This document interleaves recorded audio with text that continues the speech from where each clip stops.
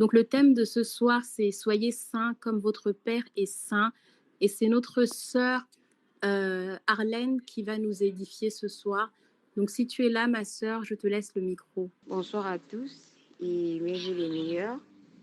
Surtout que cette année soit une année où chacun aura la possibilité de découvrir encore une facette de notre Seigneur Jésus. Et donc pour commencer cette année, le thème qui est proposé à notre méditation est Soyez saints comme votre Père est saint. Tiré du livre de 1 Pierre chapitre 1, les versets 15 à 16, nous lisons: Celui qui vous a appelé est saint. Vous aussi soyez saints dans toute votre façon de vivre. L'Écriture l'a dit: Soyez saints, car je suis saint. Parole du Seigneur, nous Nous rendons rendons grâce grâce à Dieu. à Dieu. Donc, bien-aimé, j'aimerais aujourd'hui que tu saches, si tu ne le savais pas, je te le rappelle si tu le savais, que chaque homme est appelé à être saint. Pourquoi? Parce que Dieu a créé toutes choses parfaitement avec amour. Lorsque Dieu crée Adam et Ève, il dit: faisons l'homme à notre image et à notre ressemblance. Bien-aimé, l'image de Dieu, c'est la sainteté. Donc, avant même toute autre chose, avant que toute autre chose se déroule autour de toi, tu es déjà saint parce que tu portes en toi la marque du Seigneur. Et la marque du Seigneur, c'est la sainteté.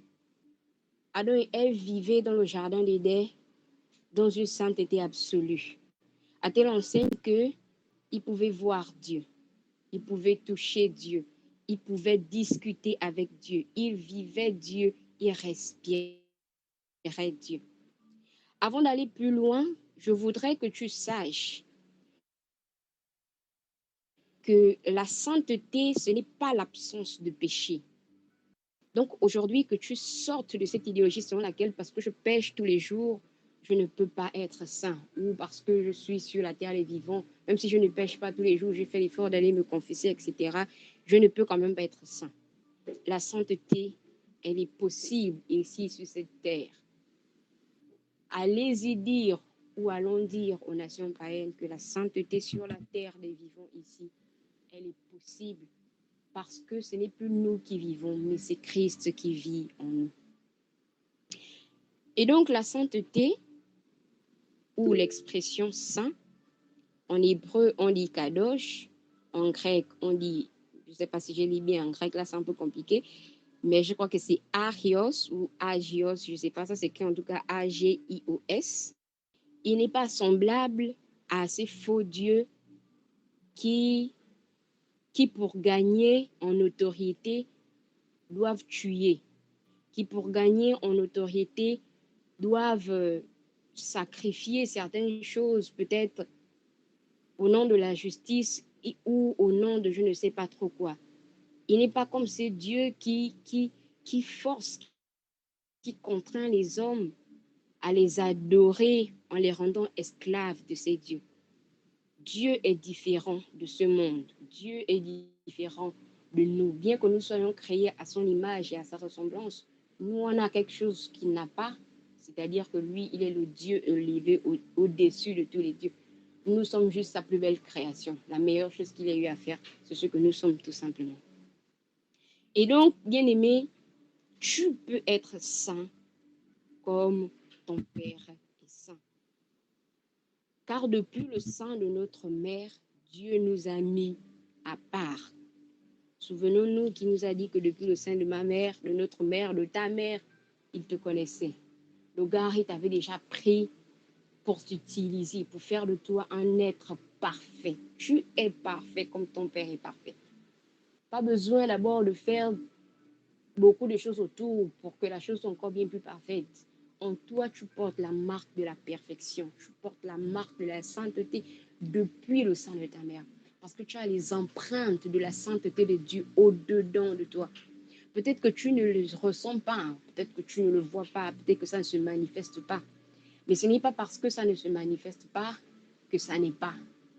Exemple, le témoignage de Ya Charlie tout à l'heure, ce n'est pas parce que elle voyait le contraire sur son corps que le miracle n'était pas encore arrivé.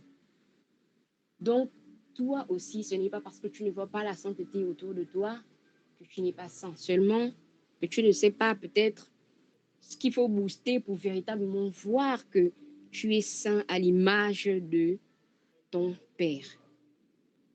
Encore que jusque-là, je n'ai pas encore dit grande chose qui te permet de vraiment dire que tu es saint, mais qu'à cela ne tienne, Dominique Wymel. Les noms en anglais, là, c'est un peu compliqué pour moi parce que je n'ai pas le anglais. Donc, Dominique Wymel s'écrit Waymel, disait que la sainteté est tout d'abord un chemin de libération et de bonheur que Dieu nous propose. Donc, je disais tout à l'heure que dans le jardin d'Éden, Dieu a fait Adam et Ève des êtres saints comme lui depuis la création. La sainteté réside en Dieu et ce n'est que de Dieu qu'elle peut se communiquer au sommet de la création de Dieu. C'est parce que tu es de Dieu, parce que tu es la création de Dieu, tu es créé à son image et à sa ressemblance, que tu es saint. Tu es la création parfaite de Dieu. En toi, il y a toutes les caractéristiques de Dieu. Conclusion, tu es saint. Tu es fait à l'image et à la ressemblance de Dieu. J'insiste sur ça pour que l'on comprenne à quel point le monde peut, Satan peut nous mentir. Il peut nous omnibuler avec ce qu'il sait faire le mieux, mentir. Te faire croire que oui, même si tu es créé à l'image et à la ressemblance de Dieu, mais regarde ta vie, regarde un peu ce que tu fais, tous les jours tu pêches, wesh, même quand tu fais des efforts, tes efforts là n'arrivent jamais au bout, et puis tu retombes, et puis. Et puis toi tu es là, tu dis, oh c'est vrai, c'est pas faux, je peux pas ressembler à Dieu. En fait, tu te trouves tous les défauts possibles, alors que dans le fond, Dieu t'a conçu sans défaut. Parce que la sainteté fait en sorte que tu sois sans défaut. Dieu, quand il te regarde, il voit ce qu'il a mis en toi. Il ne voit pas ce que le monde dit de toi. Il ne voit pas ce que Satan dit de toi. Il voit ce qu'il a mis en toi. Ce qu'il a mis en toi, c'est sa sainteté. Ce qu'il a mis en toi, ce sont ses qualités les plus chères. Et c'est ce que tu dois méditer dans ta vie. C'est ce que tu dois méditer dans ton cœur tous les jours. Ce n'est pas parce que difficulté il y a dans ta vie que tu n'es pas à l'image, à la ressemblance de Dieu. Ce n'est pas parce que tu pêches tous les jours, tu as tué, tu as avorté, tu as fait ceci, tu as fait cela.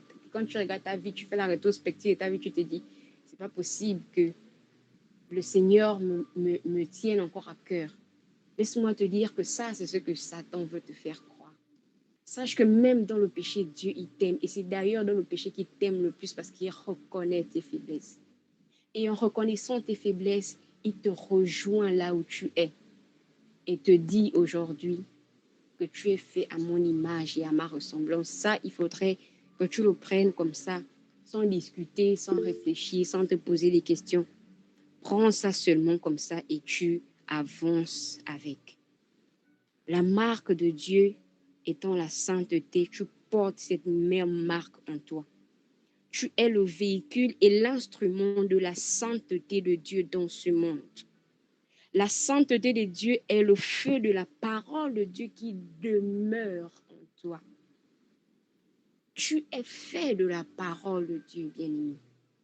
La parole de Dieu qui, au-dedans de toi, bouillonne. C'est-à-dire que en langage naturel, on dira que lorsque tu pêches, c'est ta conscience qui te rappelle que là, le péché n'est pas bon. En fait, ce n'est pas tant ta conscience. C'est la parole de Dieu qui est imprégnée au-dedans de toi, qui te rappelle que quand tu es en train de pécher, là, normalement, ce n'est pas bien. Mais comme tu ne maîtrises pas forcément tous tes mouvements, tu as quand même commis le péché. Mais lorsque tu réalises que ce que tu as fait est mal, en fait, c'est la parole de Dieu qui crie au-dedans de toi pour te dire que ce que tu as fait est mal. Tu es l'instrument de la sainteté de Dieu. Parce qu'en plus de ça, ton corps est le temple du Saint-Esprit. Le Saint-Esprit, une fois, m'avait appris en blaguant que tant que ici sur la terre, il y aura des personnes qui vouera leur corps au Saint-Esprit, c'est-à-dire faire de leur corps la demeure du Saint-Esprit, le Saint-Esprit ne sera pas au ciel, ou il ne sera plus au ciel parce qu'il nous a été donné. Il est sur la terre tant que toi et moi, on fait de notre corps son temple. Vu que le Saint-Esprit ne demeure pas où il y a la souillure, parce qu'il est saint, toi, par ricochet, tu deviens saint. Donc, tant que tu porteras le Saint des Saints en toi, tu seras sainte. Est-ce qu'on se comprend? C'est bon, vous m'écoutez? Oui. On t'écoute très D'accord. bien. D'accord. Donc, la sainteté est possible. En tout cas, tant que tu portes le Saint des Saints en toi, là, tant que tu es l'image et la ressemblance de Christ, la sainteté est possible pour toi. Mais ça, c'est encore dans l'abstrait. Ça, c'est encore dans... Voilà, c'est comme si c'était un rêve. Tout ce que je suis en train de dire là, c'est comme si c'était encore un rêve. On n'a pas forcément... On ne voit pas forcément ça de façon palpable. Et on peut encore même douter jusque-là qu'on est saint. Mais la sainteté est une vérité qui imprègne tout l'Ancien Testament. Quand Dieu donne à Israël les tables de la loi par le canal de Moïse, en fait, Dieu veut enseigner à Israël la sainteté. Lisons Lévitique 19, les versets 1 à 5, puis 17 à 18. Lévitique 19, les versets 1 à 5 d'abord, déclare: Yahvé dit à Moïse, voici ce que tu diras à la communauté d'Israël. Soyez saints, car moi, Yahvé votre Dieu, je suis saint. Chacun respectera sa mère et son père, et vous observerez mes sabbats. Je suis Yahvé votre Dieu. Vous ne vous tournerez pas vers les idoles. Vous ne vous fabriquerez pas des dieux en métal fondu. Je suis Yahvé votre Dieu. Lorsque vous offrirez un sacrifice de communion en l'honneur de Yahvé, vous le ferez de manière à lui être agréable. Et le chapitre 17 à 18 déclare que tu n'auras pas de haine dans ton cœur pour ton frère, mais tu le corrigeras, car en taisant, tu seras complice de son péché. Tu ne te vengeras pas, tu ne garderas pas de rancune envers un fils de ton peuple, mais tu aimeras ton prochain comme toi-même. Je suis Yahvé. Dans cet extrait de texte, et d'ailleurs, je pense dans tout le livre des Lévitiques, où Dieu, par Moïse, donne une conduite à suivre, il prescrit ou proscrit des attitudes au peuple d'Israël, c'est en fait pour leur amener à être un peuple saint. Je disais au début que sainteté, la sainteté, le mot sainteté ou simplement le mot saint, c'est le fait d'être mis à part. Dieu a mis à part Israël en vue de faire de lui un peuple saint. Dieu t'a mis à part en vue de faire de toi un peuple saint. Dieu te proscrit des attitudes en vue de faire de toi une personne sainte. Lorsqu'il murmure à ton oreille que le péché n'est pas bon, c'est pas tant que voilà, c'est un père qui saoule, il est toujours là en train de réprimander. Non, c'est que il veut faire ressortir de toi le meilleur. Et pour ça, il ne peut que te dire ne fais pas ça, ne fais pas ça, fais ça, fais ça, fais ça. C'est ce qu'il a fait avec Israël au désert. Il donne à Israël les tables de la loi en vue de le rendre parfait. tout le livre des Lévitiques détaille ce que Israël doit faire et ne doit pas faire. Israël ne doit pas s'adonner à des mauvais dieux. Israël ne doit pas tuer. Israël doit aimer. Israël doit faire. Israël doit faire. Israël doit faire. En vue de faire ressortir toutes les caractéristiques de l'Éternel. En Dieu, il n'y a pas de jalousie. En Dieu, il n'y a pas de rancœur. En Dieu, il n'y a pas de la fausseté. Il est le seul et unique Dieu vivant, éternel. Donc, tout ce que Dieu met à ta disposition, les interdits qu'il met dans ta vie, où il t'empêche de faire quelque chose alors que ta chair demande excessivement que tu le fasses, c'est parce qu'il veut faire de toi quelqu'un de saint. Et il l'a déjà fait dans la mesure où tu t'efforces de ne pas le faire, quand bien même ta chair te contraint à le faire. Tu es Israël de maintenant. Tu vas peut-être dire qu'Israël, c'est loin. Voilà, c'est peut-être des histoires qu'on nous raconte. Mais tu es l'Israël de maintenant. Ce que Dieu a commencé avec Israël d'autrefois, il est en train de l'accomplir avec toi qui es Israël de maintenant. Ce qui voudrait dire que toutes les proscriptions que Dieu a données à Israël, ce sont les mêmes qu'il te donne. Ainsi, les prescriptions qu'il te donne. Tu es saint et Dieu veut t'emmener à réaliser que tu es saint. Au-delà de tout ce que tu es, au-delà de tout ce que tu as ou que tu n'as pas, tu es la sainteté de Dieu. Dieu a fait de toi un être saint. Ce n'est pas une histoire d'aujourd'hui. Et donc, plus que ce que dit Dominique Waimel, la sainteté est un appel que Dieu nous lance afin de nous faire participer à la vie divine. La sainteté étant la mise à part, c'est par grâce que Dieu veut t'anoblir, car le péché a autrefois entaché ta noblesse. Parce que tu participes aux côtés de Dieu à une vie de tendresse, d'amour, de miséricorde, et que tu te sépares, tu lâches prise de tout ce qui est convenance aux idoles et aux péchés, tu es saint, bien-aimé. Participer à la vie divine, c'est te donner la possibilité de vivre dans la tendresse, de vivre avec amour, de vivre avec miséricorde et par-dessus tout, abandonner ta conduite ancienne, abandonner tes péchés, cesser de t'attacher au faux Dieu, cesser bien plus encore même de considérer ce que Satan dit de toi, de considérer ce que le monde dit de toi. Parce que la vérité, c'est que seul ce que Dieu dit est important et nécessaire pour ta vie. Dieu n'a pas dit quelque chose sur ta vie. Le monde aura beau crier cette chose sur toi. Ne calcule pas ça. Ne calcule pas ça. Ça, c'est ce que les hommes disent. Les hommes ont cette faculté-là de dire les choses qui ne sont pas. Mais Dieu seul a la faculté de dire des choses qui peut-être ne sont pas encore, mais qui le seront en fonction de sa volonté. Amen. Saint Paul apôtre aux Colossiens, les chapitres 2 à 3. Il n'y a pas quelqu'un pour m'aider à fouiller la Bible là. Colossiens, vient chez moi.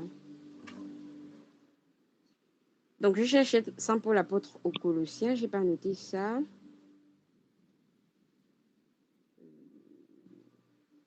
Ma Bible est où? Saint Paul apôtre aux Colossiens, les chapitres 3, les versets 2. Alors, Saint Paul, apôtre aux Colossiens, chapitre 3, verset 2. Oui. Pensez aux réalités d'en haut, non à celles de la terre. Voilà. Pensez aux réalités d'en haut, non à celles de la terre. Ceci pour simplement te faire comprendre que ce qui compte pour toi, c'est ce qui se dit là-haut dans les cieux. Quand Dieu a siégé avec ses anges, ses saints qu'il adore à longueur de journée et toutes les nuits, quand ils ont décidé quelque chose te concernant, c'est la seule chose qui doit avoir le prix à tes yeux. Non pas ce que les frères et les sœurs diront ici sur cette terre, mais plutôt ce que Dieu aura décidé là-haut dans les cieux. Amen. Amen. Et donc, bien-aimé, j'aimerais que tu gardes dans ton cœur ce que je vais dire. Lorsque Jésus a commencé à faire son ministère, Jésus a été humilié. Il a été injurié, traité de tous les noms d'oiseaux. Jusqu'à on a même décidé qu'il allait mourir parce que ce qu'il faisait là, ça ne plaisait pas à nos yeux ni à nos cœurs. Vraiment, c'était de n'importe quoi ce qu'il faisait. Conclusion, le gars, on doit l'achever.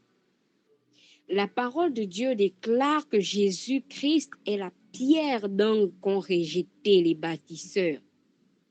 Bien-aimés frères, bien-aimées sœurs dans le Seigneur, la sainteté dont le Seigneur te parle aujourd'hui doit t'emmener à comprendre que tu dois cesser d'être la personne qui apporte la pierre à l'édifice de Dieu, mais que tu sois toi-même la pierre de l'édifice. Jésus était la pierre de l'édifice. Voici pourquoi il porte le nom Saint, Saint, Saint est le Seigneur, Dieu de l'univers. Il faut que tu comprennes qu'à un certain niveau de ta foi, tu dois cesser d'être « Oh, moi, j'apporte mes idées, moi, c'est moi, j'ai fait la construction. » Tu dois cesser d'être celui qui fait la construction, mais tu dois être la construction.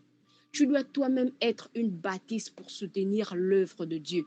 Tu ne dois plus apporter le sable, le ciment pour soutenir l'œuvre de Dieu. Tu dois être le sable et le ciment pour l'œuvre de Dieu. À ce moment, tu deviens semblable à ce Jésus-Christ qui s'est donné pour le monde entier, qui a donné ce qu'il avait jusqu'à sa vie. Il a cessé d'être le bois, de l'eau, je ne sais pas moi, les briques pour construire le royaume de Dieu. Il était le royaume de Dieu. Et c'est possible que tu sois le royaume de Dieu en acceptant l'appel que le Seigneur te fait à devenir saint. À un certain niveau de ta foi, tu dois, comme on dit, la foi, elle est croissante. Quand tu rencontres le Seigneur, tu dois pouvoir grandir. Et plus tu grandis, plus tu arrives à un niveau où tu cesses d'apporter la joie aux autres, tu deviens la joie des autres.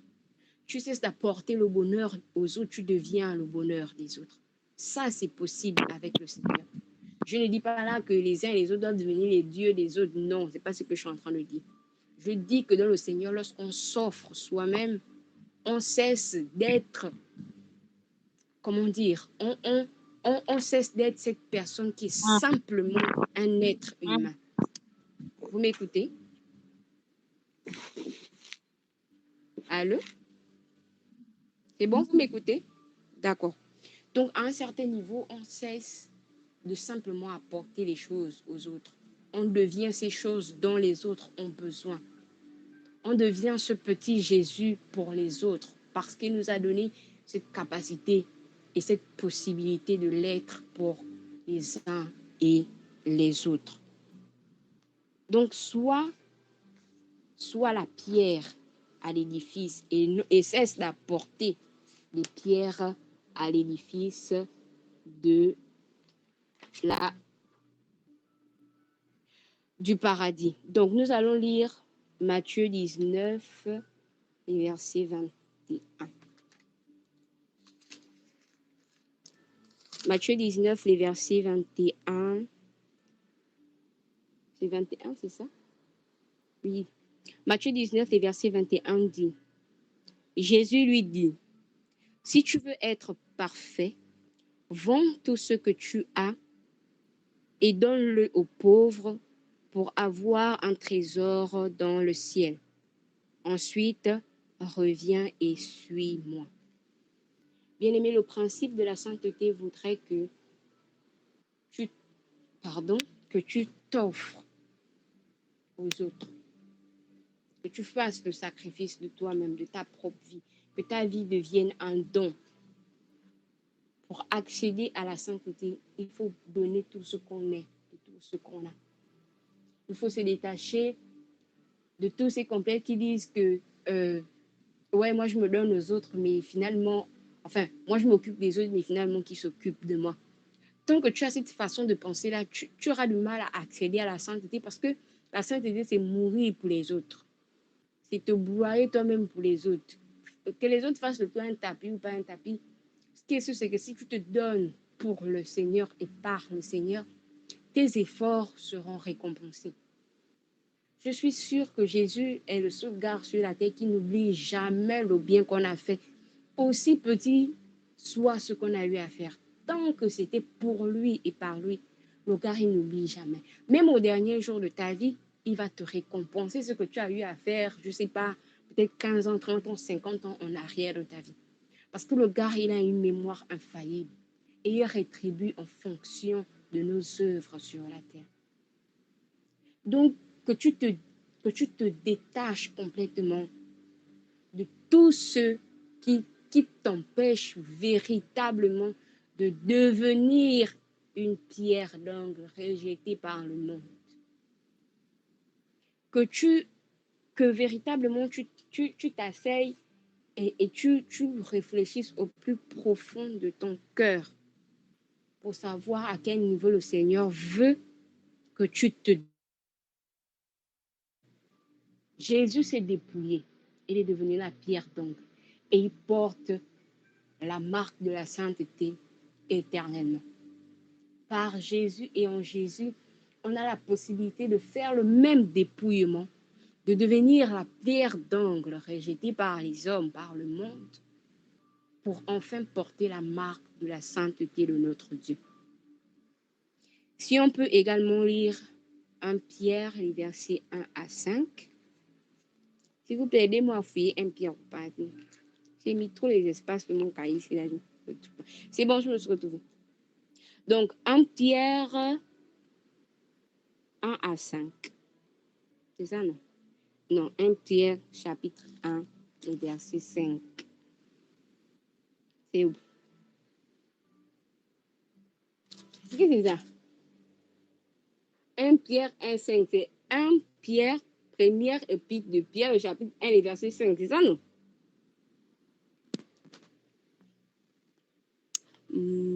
Oui, c'est ça.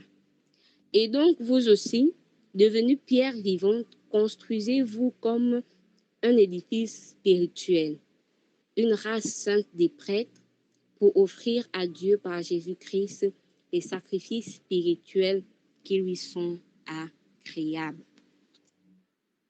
Je disais qu'à un certain niveau de sa foi, il faut cesser d'apporter une pierre à l'édifice. Il faut être la pierre à l'édifice. Et ici, Saint Pierre vient juste nous confirmer ce que je disais au préalable. Choisis, bien-aimé, d'être la pierre vivante qui construit un édifice spirituel pour soutenir les autres. Pour que quand les autres te regardent, ils se disent, je vois le Seigneur Jésus. Je vois le dépouillement du Seigneur. Je vois le calvaire du Seigneur. Je vois la gloire de Dieu. Dépasse le cap d'apporter la pierre à l'édifice. Le berger a dit tout à l'heure qu'un seul doigt ne peut pas laver tout le visage. C'est peut-être quelque chose qu'on dit avec beaucoup de négligence, mais ça a tellement d'impact dans le royaume de cieux que si véritablement tout le monde devenait la pierre de l'édifice, bien aimé, aujourd'hui, le monde ne serait pas ce qu'il est. C'est parce que chacun estime que c'est l'autre qui doit faire plus d'efforts dans la chose de Dieu, que finalement la chose de Dieu va aussi lentement qu'elle va. Alors que si tout le monde se disait qu'il faut que je fasse cette chose-là, peu importe, même si le voisin, même si le berger fait, moi je n'ai qu'à aussi me comporter comme le berger. Donc là où le berger dit qu'on fait, nous tous on fait seulement que pour faire. En tout cas, tant que la parole de Dieu demande de le faire, quand le berger dit de faire, on fait seulement. Que nous tous, on cesse d'apporter. Parce que quand on apporte, on se dit, je n'ai pas de moyens, alors j'apporte à la mesure de ce que j'ai. Non, Là, ça devient une erreur parce qu'on est tous grandissants dans la foi. Et grandissant dans la foi, on ne doit plus vivre avec des histoires de je n'ai pas les moyens, alors je n'apporte que ce que j'ai. On doit pouvoir vivre avec je n'ai pas les moyens, mais Jésus-Christ est mon moyen, alors je vais donner ce Jésus-Christ qui est au-dedans de moi. À ce moment, l'œuvre de Dieu avance à grands pas. Mais lorsque chacun est là avec ses réticences, je n'ai pas, on se retrouve avec un seul doigt qui tente de laver le visage. Mais le visage sera mal lavé. Il sera très mal lavé, raison pour laquelle l'œuvre de Dieu a du mal à avancer dans notre pays et peut-être dans le monde entier. Parce que chacun veut donner à la mesure de ce qu'il pense qu'il a ou qu'il n'a pas. Alors que nous avons Jésus et c'est Jésus qu'on doit donner. Et tant qu'on donne Jésus, les choses ne pourront aller que mieux. Et donc, bien plus que tout ce que j'ai déjà dit, j'aimerais que tu retiennes que la sainteté est un mode de vie. C'est une façon de vivre. Il ne faut pas aller chercher ça loin. La sainteté est un mode de vie. De toute façon, tu vis là. C'est de façon tu peux vivre la sainteté. De toute façon, tu as un planning. Le matin, je me lève, je me brosse, je balaye ma maison, je sais pas, je fais la bonne éducation à mes enfants, je vais au travail. Après le travail, je fais comme si. De toute façon, ta vie est planifiée là. De toute façon, la sainteté aussi est planifiable. Donc, il ne faudrait pas aller chercher ça dans l'abstrait, dans le surnaturel, dans les histoires mystico-naturelles ou je ne sais pas quoi. La sainteté est un mode de vie. C'est un mode de vie qui comporte des engagements et des activités. Loin de se cantonner dans la passivité, la sainteté consiste à choisir constamment d'approfondir sa relation à Dieu et ensuite de laisser cette relation privilégiée imprimer notre action dans le monde. La sainteté, en français facile, c'est chercher à être de plus en plus proche de Dieu.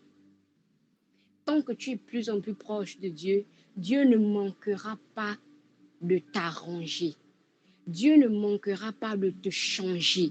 Dieu ne manquera pas de te transformer.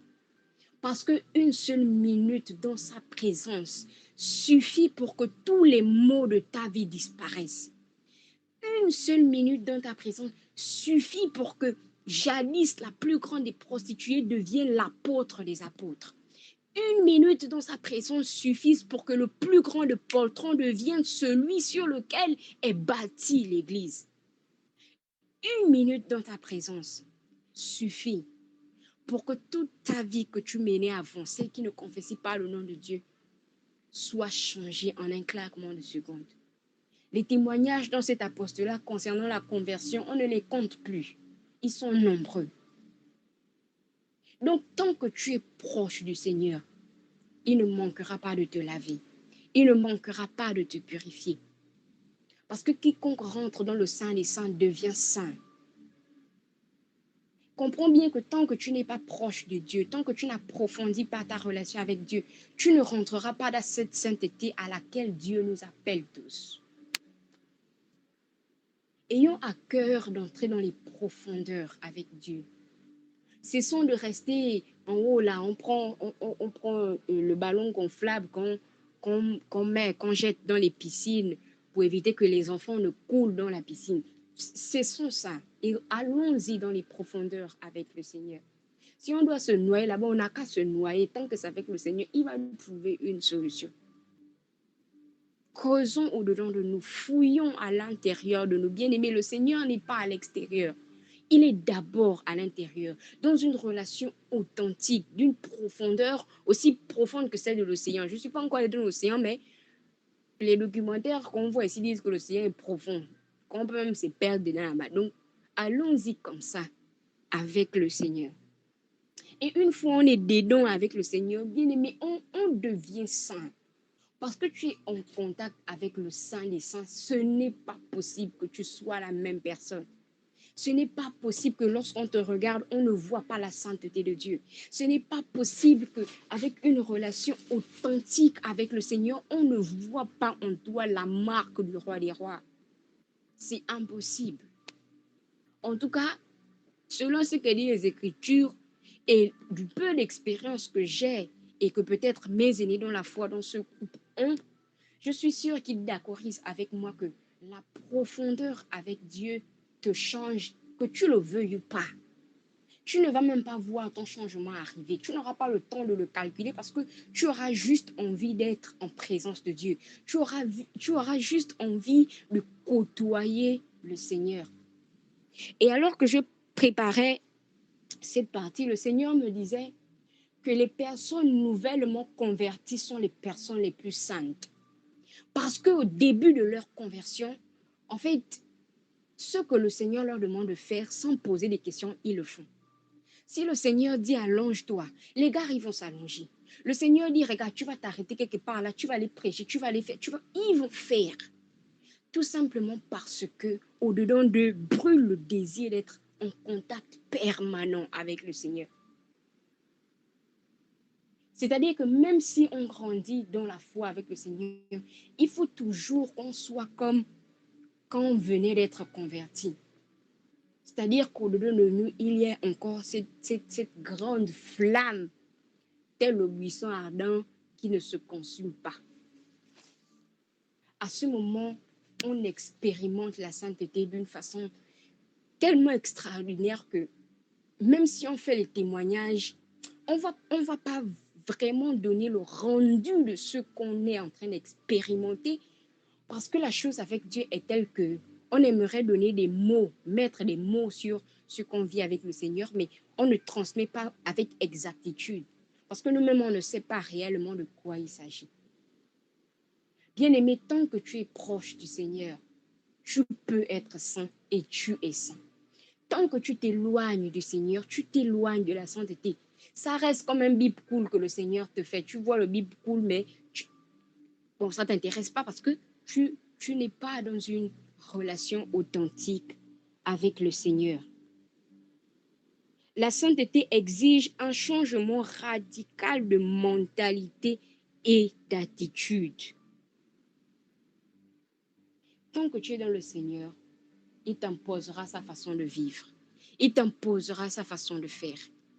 Et tu n'auras pas le temps de discuter parce que sa présence te laisse comme sans voix. Tu es tellement à l'aise dans cette présence que tu dis, c'est vrai, Seigneur, fais comme tu veux. Fais comme tu veux. Où tu m'emmènes, je vais. Si où tu m'emmènes, ça fait mal, tant que tu es là, tu me donneras la possibilité de supporter cette douleur. Ça, c'est quand on a une relation authentique avec le Seigneur. Ça, c'est quand on aspire à la sainteté, la véritable sainteté. On se crée une relation authentique avec le Seigneur. Regardez un peu la vie des saints et des bienheureux. Ils ne sont pas saints tant qu'ils ne péchaient pas. Hein? Non. Qu'ils avaient une vie sans péché, parfaitement parfaite. Les gars, je ne sais pas, peut-être qu'ils ne mentaient pas, je ne sais pas, peut-être qu'ils ne congossaient pas, ou je ne sais pas, je ne sais pas. Mais regardons la vie des saints. Ils ne sont pas saints, ou pour ceux qui ont vécu sur la terre, qu'on a peut-être connu ou qu'on n'a peut-être pas connu, ils n'ont pas été déclarés saints par l'Église parce que les gars, ils ne péchaient pas. Hein. Ah non, c'est archi faux. Pour certains, c'était vraiment pas... Bon, je sais pas quoi dire. Mais ce n'est pas parce qu'ils ne péchaient pas que les gars sont saints. C'est simplement parce que l'Église a vérifié l'authenticité de leur relation avec Dieu. L'Église a trouvé tous les moyens pour être pieds et mains liés. Obligé de dire que bon, les gars, ils sont saints. Parce qu'ils se sont basés non pas sur leur vie. Oh, les gars en famille là-bas, est-ce qu'il n'y avait pas des éclats de voix? Est-ce qu'en communauté, il n'y avait pas des chamailleries? Ils ne se sont pas basés sur ça. Ils se sont basés sur l'authenticité de leur relation et les œuvres qu'ils manifestaient dans leur vie. Alors, tant que tu as une foi authentique, tant que tu as une relation authentique avec le Seigneur, frère et soeur, tu es saint. Le monde n'a qu'à te raconter ce qu'il veut te raconter. Tu es saint. Tant que tu as des œuvres qui manifestent la sainteté de Dieu, garde, tu es saint. Tout le reste là, ce que tu fais en haut là, ces petits trucs, le Seigneur saura comment enlever chaque jour un peu plus ces épines sous ton talon, pour que quand on te regarde, on se dise, oui, je vois la sainteté de Dieu. Si tu estimes que tu n'es pas saint, parce que quand tu regardes ta vie là, tu ne vois pas ça clair, médite la vie des saints. Va sur le net, édifie-toi sur la vie des saints. Parce que là, je ne peux pas t'édifier sur la vie des saints parce qu'ils sont tellement nombreux. Du coup, je t'envoie faire cet exercice. Parce que parfois, on aimerait avoir, je ne sais pas, peut-être le témoignage ou l'histoire de quelqu'un. Quand on lit sa date de naissance, tu te dis quand même, ouais, ça peut être d'actualité. Du coup, je vais un peu me référer à ça. Surtout qu'il y a des personnes à qui le Seigneur a pour inspiration les saints. Du coup, va lire la vie des saints. Médite la vie des saints. Et tu verras et comprendras que ce n'est pas parce que les gars ne péchaient pas que l'Église a décidé de faire le dessein. L'apôtre des apôtres, c'était une prostituée. La go, c'était pas une petite prostituée. C'est pas les petites prostituées de 2024 là. C'était une go, mais non. Mais pourtant, elle a rencontré le Seigneur. Elle a marché avec le Seigneur. Et c'est elle à qui le Seigneur a dit, va dire. Et elle est partie dire, aujourd'hui, elle est apôtre des apôtres. Saint Pierre, c'est Pierre, c'est ça, non? Était un poltron, le gars, c'était un trouillard. Aujourd'hui, on nous dit que l'évangélisation, il faut être audacieux. Il n'était pas audacieux, Pierre. Il était pas audacieux. C'était un poltron, jusqu'à il a régné le Seigneur 3 fois. Mais pourtant, c'est sur cette même personne qui a régné le Seigneur, hein, sur qui il a dit, c'est sur toi que je bâtirai mon église. Saint Paul, apôtre, le gars, il traquait les chrétiens. C'est pas les petits trucs qu'on fait ici, là. Hein. C'est pas ça. Saint Paul, les petits trucs qui t'a tué. Si dans ton seulement chrétien dans ton affaire, là, il t'a tué. Mais pourtant, lorsqu'il a rencontré le Seigneur, le gars, il n'a pu tuer quelqu'un. Hein. Bien au contraire, il a mené à la vie ce qui n'existait pas dans la vie des uns et des autres. Donc, toi aussi, c'est possible que lorsque tu aies rencontré le Seigneur, tu deviennes saint. Tous les gars, on les appelle saints. Saint Paul, Saint Pierre, on les appelle tous saints. Non pas parce qu'ils étaient parfaits, ils ne péchaient pas, non. Ils péchaient bien même. Ils faisaient peut-être même les mêmes péchés que toi, peut-être. Là, c'est une bêtise que j'ai dit. Mais les gars, ils péchaient, c'est sûr. Mais ce qui a fait en sorte qu'aujourd'hui, on les appelle saints, c'est la qualité de leur relation avec le Seigneur. C'est l'authenticité de leur relation. Et les œuvres qu'ils ont eu à accomplir. C'est ce qui fait des personnes saintes. Donc, c'est aussi possible pour toi que tu sois saint. Parce que la sainteté est notre image la plus vraie. C'est la carte de visite la plus authentique et le meilleur cadeau que nous pouvons offrir au monde. Parce qu'on a la marque de la sainteté en nous. Mais j'aimerais que tu réalises ou que tu saches ou que je te rappelle que pour devenir saint, il faut vraiment être plongé dans la mort et dans la résurrection par le baptême. Tu as besoin de tes sacrements. Je ne sais pas de quelle obédience tu es, catholique, protestant. En tout cas, tant que c'est le baptême de notre Seigneur Jésus-Christ, tu as besoin de ça. Tu as besoin d'une véritable effusion du Saint-Esprit pour pouvoir accéder à cette sainteté. Parce que souvenons-nous que ce n'est ni par la force, ni par la puissance, mais uniquement par le Saint-Esprit. Rien de tout ce que j'ai dit qui a attrait à la sainteté ne saura être effectif dans ta vie si tu n'as pas fait l'expérience à la fois du baptême de l'eau et du baptême de l'Esprit. Quelque chose qui se fait en dehors de l'Esprit Saint n'est pas une chose valable au regard de Dieu. Ce sont les œuvres qu'à la fin de ta vie, il te dira, je ne te connais pas, parce que tu as fait ces œuvres en dehors du Saint-Esprit, sans par qui rien ne peut être authentique.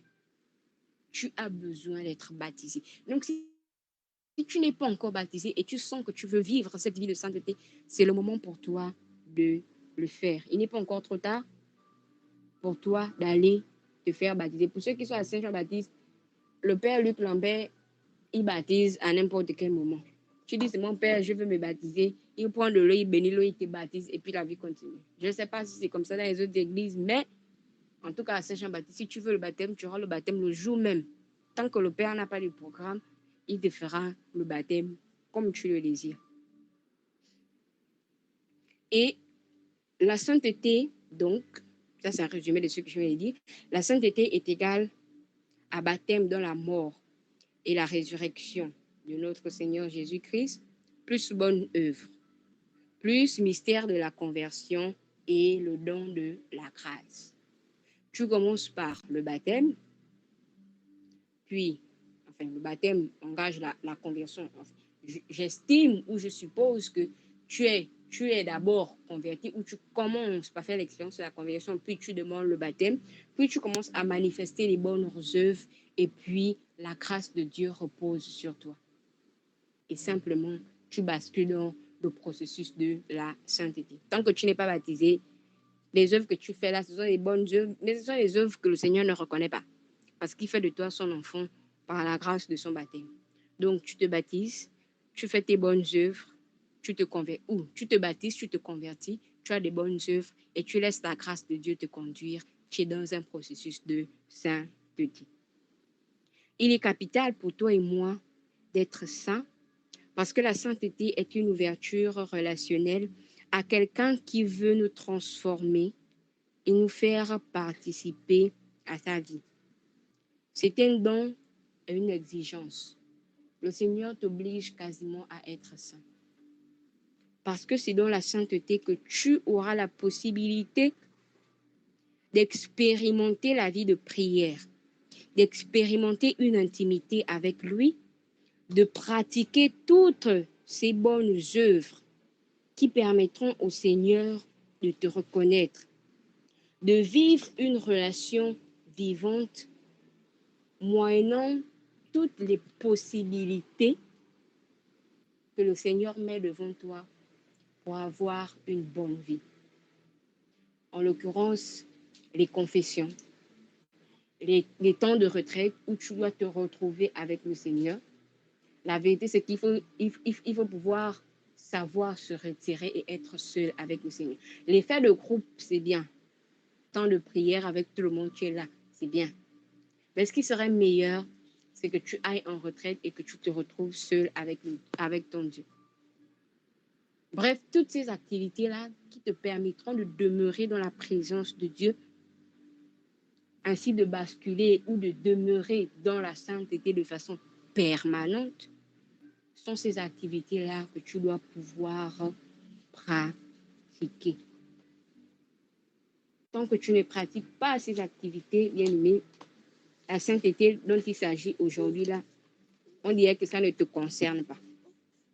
Mais comme je sais que tu veux être concerné par la sainteté de Dieu, tu as encore la possibilité de repousser chemin si tout est trop avancé et de revenir sur les meilleurs sentiments avec Dieu. En plus de ça, là, tu es saint quand tu portes un regard sur les autres autour de toi. Cela s'appelle la bienveillance. Par ta façon de communiquer avec les autres. Malheureusement, il y a des chrétiens qui ne sont pas sociables.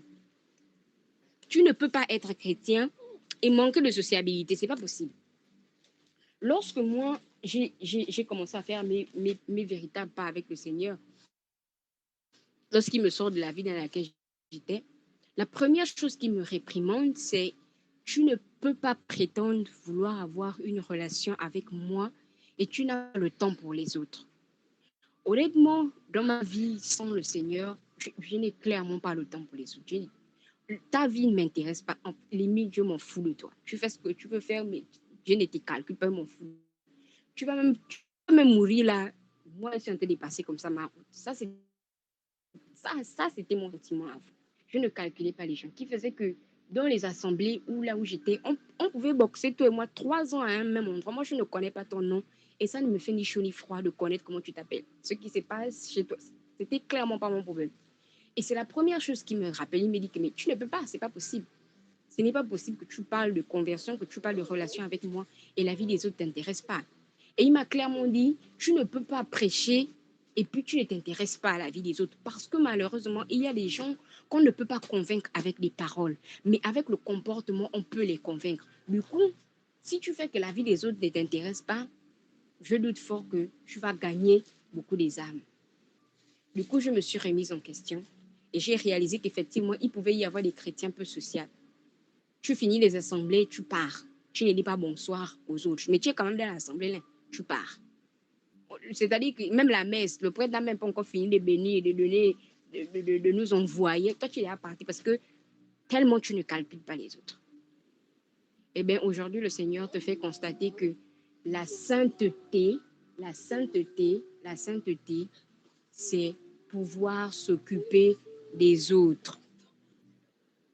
La sainteté, c'est pouvoir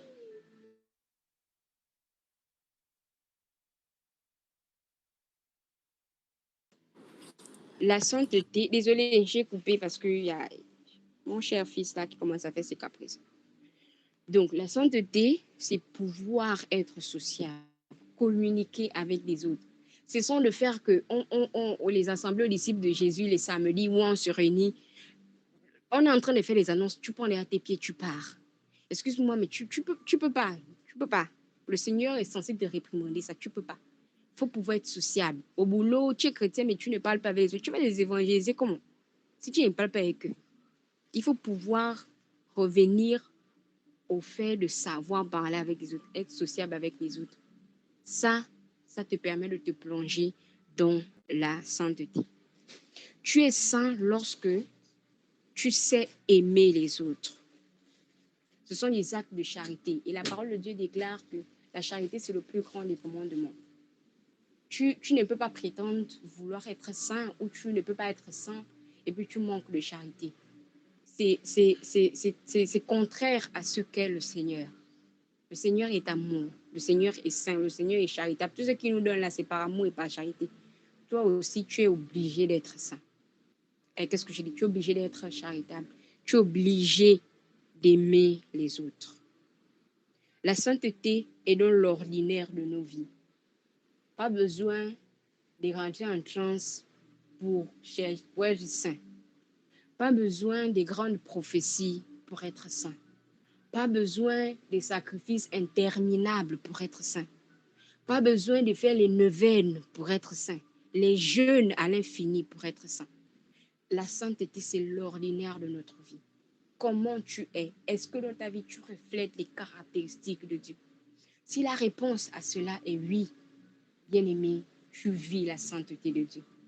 Tu es saint comme ton Père est saint.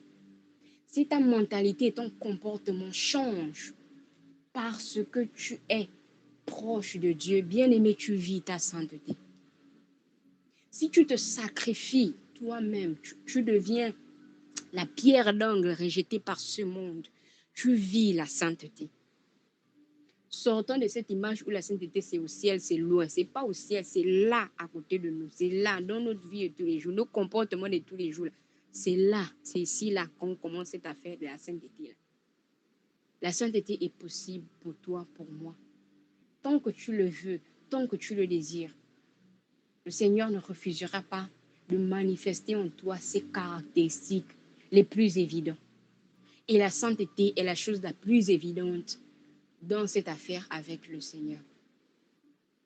Donc, si tu pensais que pour être saint, il fallait faire beaucoup de choses là, beaucoup de choses compliquées. 21 jours de prière, c'est pas parce que tu fais 21 jours de jeûne et de prière que forcément tu vas devenir saint. Avec cette prédication, normalement, tu es censé déjà savoir que tu peux être saint parce que ton Père, il est saint. Et qu'au quotidien dans ta vie, tu médites les actes de sainteté, tu es saint. Tu fais les bonnes œuvres, tu es saint. Les bienheureux sont saints parce qu'ils ont fait les bonnes œuvres et ils ont eu une véritable relation authentique de profondeur avec Dieu. Même si tu pêches, ne te cantonne pas dans ton péché. Ne reste pas, oh, j'ai péché, donc je suis plus saint. Retourne dans la présence de Dieu. Et dans cette présence, Dieu saura comment faire en sorte que ce péché que tu as commis, tu ne le commettes plus à la prochaine fois. Dieu saura t'arranger. Il saura te modeler à son image et à sa ressemblance. Parce que son désir le plus profond est que tu sois saint, comme Dieu notre Père est saint. Amen, amen, amen. Amen.